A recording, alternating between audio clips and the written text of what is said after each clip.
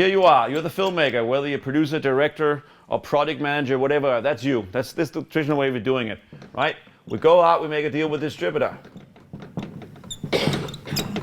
right? And the distributor, of course, makes a deal with the theater. We don't make a deal with the theater, the distributor does that. And the theater makes a deal with the audience. Pardon my drawing, well, you all get the point. Here they are, the audience, right? This is the way it's been working for the last 60 years, right? This is what it all comes down to. So here you are as a filmmaker, or project manager, or website, or game show, whatever you have massive amount of control over here, because while you're writing it, while you are using it, you have the control. You own it. It's your IP, as we call it, right?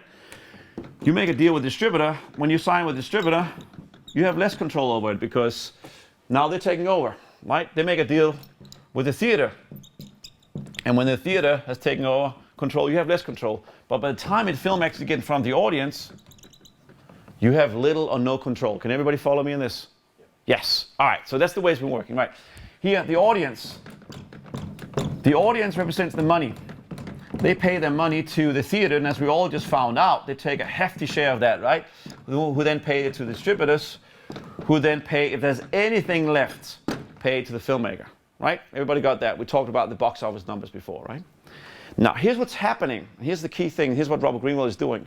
He's taking his control of what he's doing with him and moving and standing next to the social media guys. Because social media, he can now stand next to the audience. And whoever represents the audience represents the money and the power.